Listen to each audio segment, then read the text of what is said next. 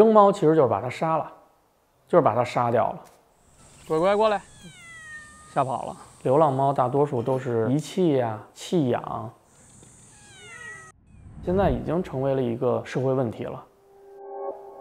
像咱们刚才说的，就把它当个玩意儿去养，没把它当成一条命去养。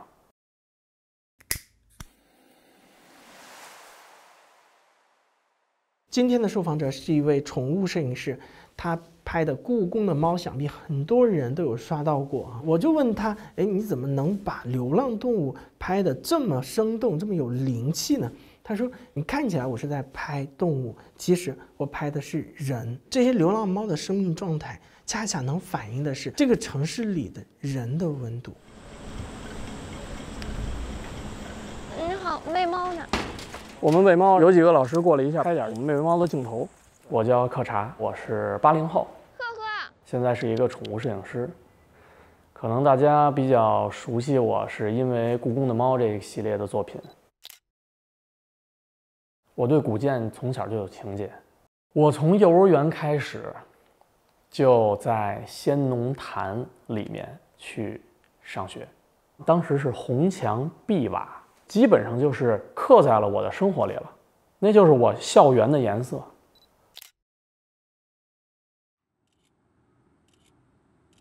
你现在已经变成一个非常专业的宠物摄影师哈，这是毕业之后就从事这个工作，还是半路出家的？半路出家，我是地质大学毕业的，在石油领域一直干到15年，国际的原油的价格也有一大跳水，基本上项目就全都没了，北京的这个办公室就关门了，我失业了，35岁，失业了。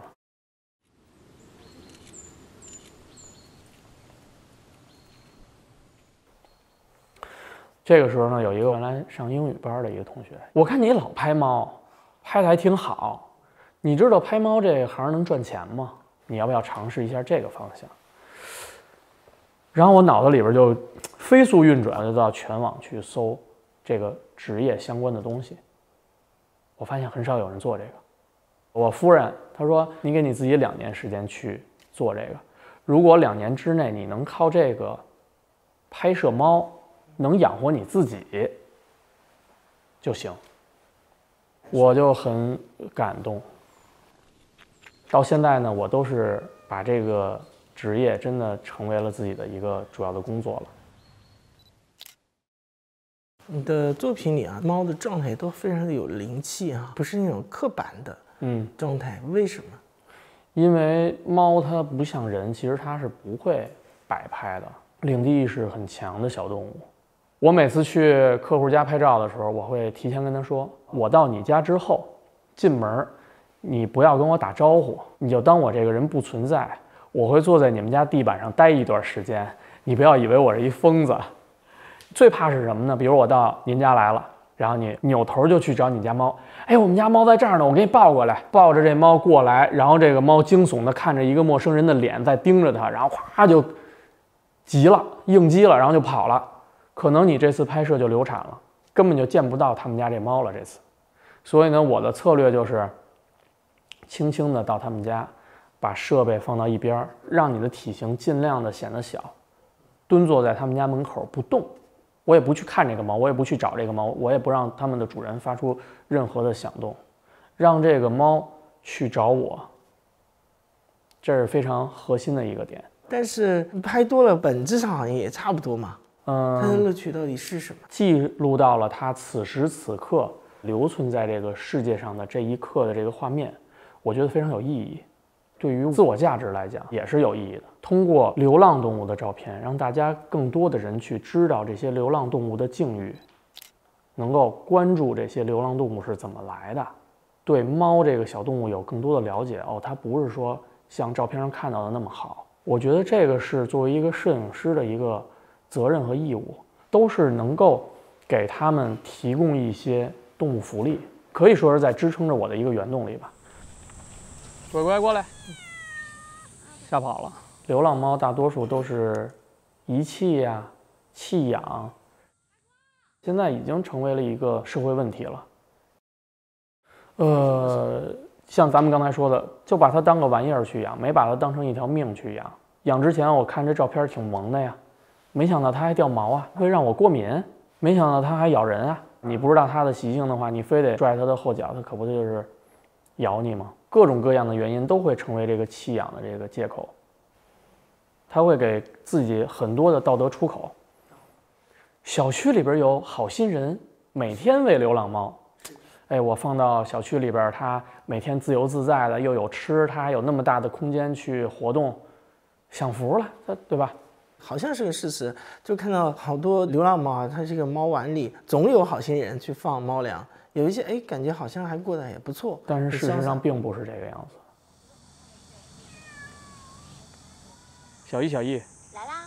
我发现一只猫的眼睛有一些水肿，我需要怎么治疗和处理呢？猫咪眼睛出现水肿，可能是由多种原因引起的。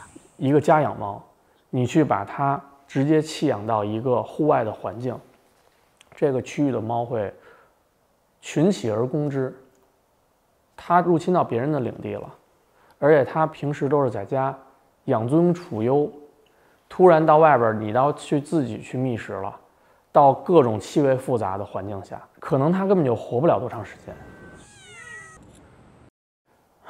为什么流浪猫的平均寿命2、3年，它活不了很久的？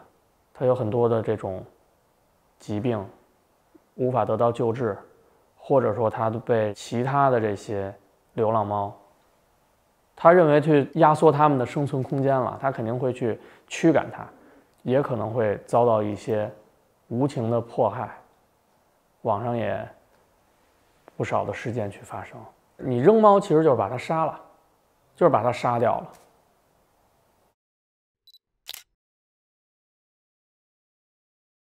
你说的这些是你听说的还是亲眼所见吧？就是听很多志愿者，因为我每年都会花很多的时间去给志愿者去拍摄这些小猫的领养照啊。现在为什么很多志愿者他去领养猫设置了很多的条条框框？其实是有原因的，都是血淋淋的例子，他们也没有办法。曾经有一个志愿者跟我说，有一个领养人看上他救助的一只小猫了，来的时候西装革履，好像是也是一个比较好的职业。领养走之后，过几天他的一个志愿者朋友就说：“你看那直播了吗？那个领养人开直播，把那个猫放到一个布口袋里边，拿刀捅这个猫，捅了好几十刀，把这猫捅死了。开直播，整个那个领养人就崩溃了。”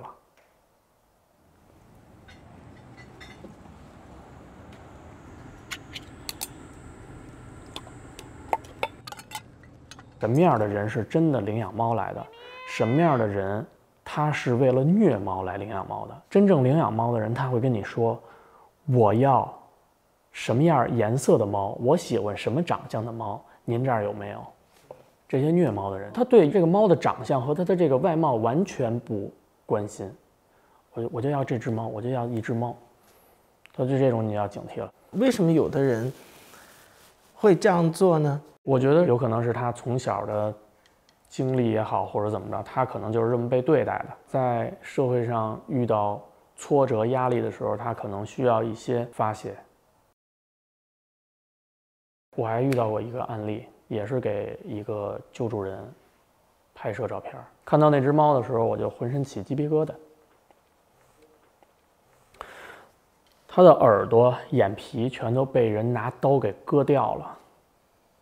它只能睁着眼，因为它没有眼皮了，它时刻在睁着眼。一只大白猫，长毛的大白猫，很恐怖的一个样子。但是它见到我去给它拍照的时候，它主动的过来，拿头特别友好的去蹭我的手。当时我整个人都不好了。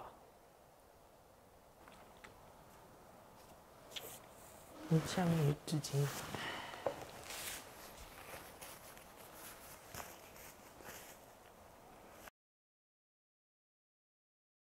在小动物的世界里，它就是这么单纯，就这么简单。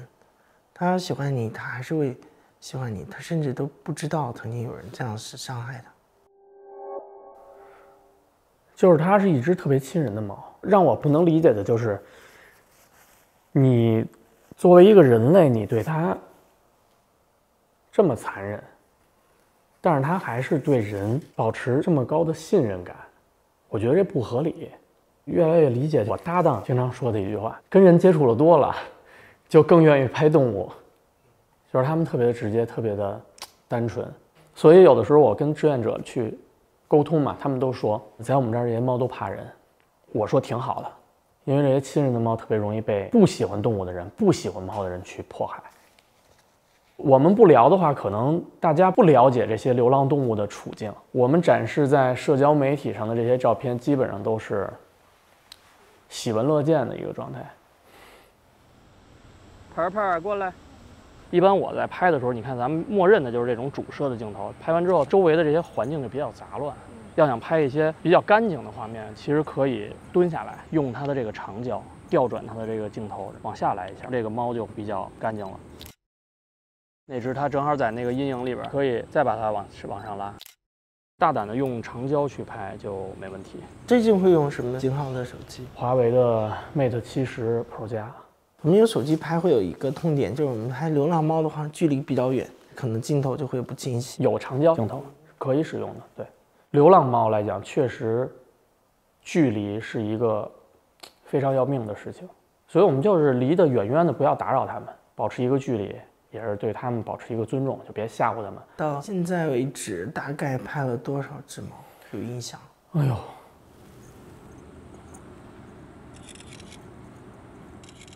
到现在，我拍猫的素材已经积累了56个题了。从 Mate 20开始，到现在用上了 Mate 70，整整8年。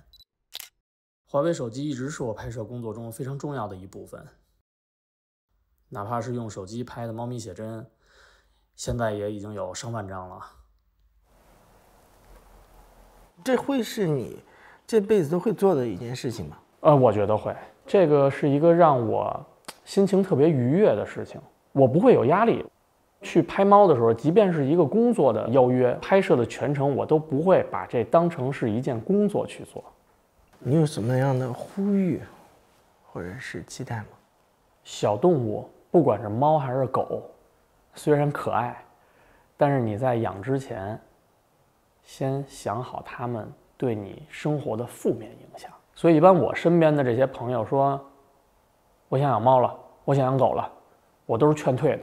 我说你先测测你猫毛过敏不过敏，你家猫把你家沙发给抓烂了，你能不能接受？你家狗把你们家给拆了，你能不能接受？你每天要去遛这个狗，刮风下雨，无动力下，你能不能胜任？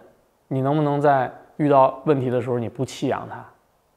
呼吁大家不要冲动去养宠物。你一旦要养了这个宠物，就要把它当成一个生命去看待。因为他们真的什么都懂，小猫小狗，它可能平时不像人这么会表达，但是你对它好，它都知道，它也会反过来去对你好，所以千万不要辜负这样的情感，辜负这样的生命。如果你没有做好准备，那就不要开始。云撸猫，云吸猫，看看我们摄影师拍的照片也挺好的。